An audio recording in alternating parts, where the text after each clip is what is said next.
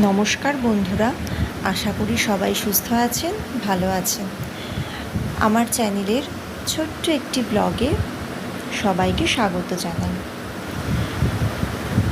ছুটির দিনে সকালবেলা আমরা বেরিয়ে পড়লাম, আর আজ যাচ্ছি জলপাইগুড়িতে। জলপাইগুড়ির ফাটাপুকুর বলে একটা জায়গা আছে, আমরা আজ ওখানেই যাব। তার জন্য চলে আসলাম শিলিগুড়ির বাস স্ট্যান্ডে। এখান থেকেই আমরা জলপাইগুড়ির বাস ধরব। তো ওদের বাবা টিকিটটা কেটে নিচ্ছে। এখান থেকে সব জায়গার বাসই যায়, এটা শিলিগুড়ির মেন বাস স্ট্যান্ড।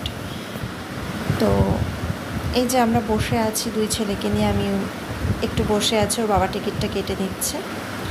যাই হোক, বাসে উঠেও পড়েছি। আর তারপরে আমরা বাস ছেড়ে দেওয়ার পরে 40 মিনিট মতো সময় লেগেছে, পৌঁছে গেছি ফাটাপুকুর। আর এই স্কুলটার একদম পেছনের বাড়িটাতেই আমরা যাব। এই বাড়িটা হলো একটা কাকু কাকিমার বাড়ি। আর এখানে আমি দীর্ঘ 1 বছর, তার হয়তো একটু বেশিই হবে, থেকে গেছি।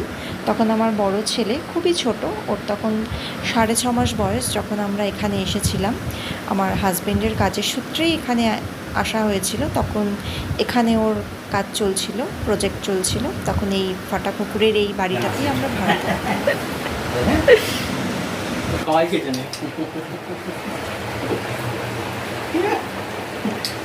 ওইসব বেশি পছন্দ করে।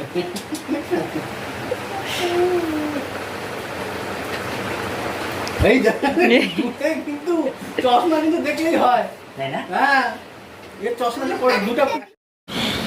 বাড়ির লোকের থেকে অনেকটাই দূরে থাকি, তাই আমার কুট্টুস আর আমার বাবু, মানে আমার বড় ছেলে, দুজনেই মনে হলো প্রাণ ফিরে পেল।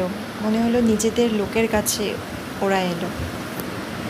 সত্যি এই কাকু কাকিমার ঋণ আমি কোনোদিন শোধ করতে পারবো না। আমার বাবা মায়ের মতো ওরা আমার পাশে ছিল। আমার বড় ছেলে তখন খুবই ছোট ছিল যখন আমি এখানে থাকতাম।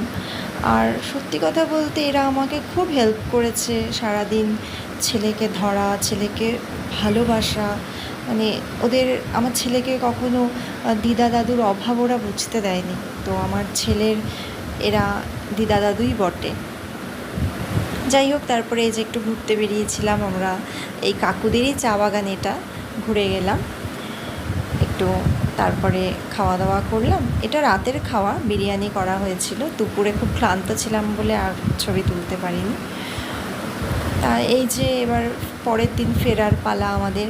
কাকু কাকিমা আমার দুই ছেলেকেই জামা গিফট করেছিল, সামনে পুজো।